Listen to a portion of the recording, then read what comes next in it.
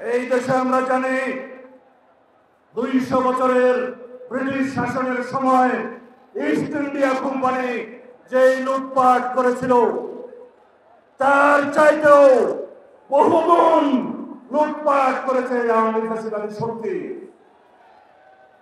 তারা বিগত 15-16 বছরে প্রতি বছর 2 লক্ষ কোটি টাকা করে মোট প্রায় 30 লক্ষ কোটি টাকা এদেশের জনগণের সম্পদ বিদেশে পাচার করেছে। তারা 4 লক্ষ কোটি টাকা ব্যাংকের খেলাপি ঋণ রেখে দিয়েছে, দেশের মানুষের টাকা লুটপাট তছরূপ করেছে। মেগা প্রকল্পের নামে 2,80,000 কোটি টাকা মেগা দুর্নীতি করেছে এই ফ্যাসিস্ট হাসিনা। তারা বাংলাদেশে যেই রকম রাজনৈতিক বিবেচনায় ব্যাংকিং খাতে লোন দিয়েছে, ঋণ দিয়েছে, সেই ঋণ দিয়ে 24টা পদ্মা সেতু করা যেত, এই কথা আমি বলছি না। এই সমস্ত তথ্য দেবপ্রিয় ভট্টাচার্যের নেতৃত্বে গঠিত শ্বেতপত্র কমিটির রিপোর্টে প্রদান করা হয়েছে।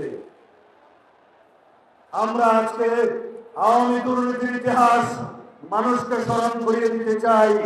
আমরা যেন পরস্পর ফ্যাসিবাদ বিরোধী গণতান্ত্রিক আন্দোলনে যে সমস্ত শক্তি আছে তারা যেন আমরা একটা আবদ্ধ হই। আমাদের একমাত্র শত্রু, রাজনীতির শত্রু, এই দেশের গণশত্রু শেখ হাসিনা এবং আওয়ামী লীগকে প্রতিহত করে। এই ঈদে জামা জুতো অ্যাক্সেসরিজের ডিসকাউন্ট।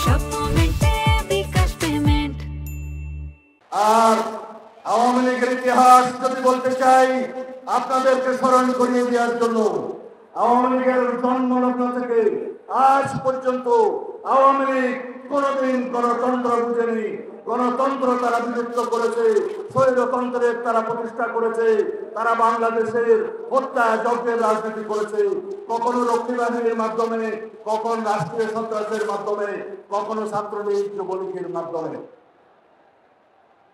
আমরা যারা গণতন্ত্রের পক্ষে সংগ্রাম করেছি, আমরা যারা আমাদের দেশনায়ক তারেক রহমানের নেতৃত্বে দীর্ঘ 15-16 বছর বাংলাদেশের ফ্যাসিবাদ বিরোধী গণতান্ত্রিক সংগ্রাম করেছি, তারা আমরা আজকে কোন দেশের নাকি এজেন্ট হয়ে গিয়েছি।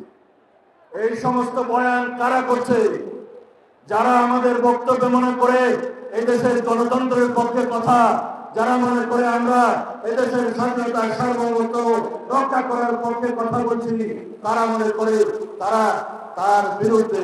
আমরা বুঝি এই দেশে পরস্পরের মধ্যে বিভেদ সৃষ্টির মধ্য দিয়ে ফ্যাসিবাদী শক্তি নতুন করে আবার পায়চারা করছে এদের মাধ্যমে বাংলাদেশে প্রবেশ করার জন্য। আমরা নির্বাচনের রোডম্যাপ চেয়েছিলাম, আমরা কারো পদত্যাগ চাইনি। পদত্যাগের নাটক দেখতেছে বাংলাদেশের মানুষ। আমরা সুস্পষ্ট জাতীয় সংসদ নির্বাচনের জন্য অতি অবশ্যই ডিসেম্বরের মধ্যে একটি রুটম্যাপ চেয়েছি। আমরা গণতান্ত্রিক অধিকারের জন্য যদি কথা বলি, সেটা যদি আমাদের অপরাধ হয়, সেই অপরাধ আমরা বারংবার করতে থাকবো।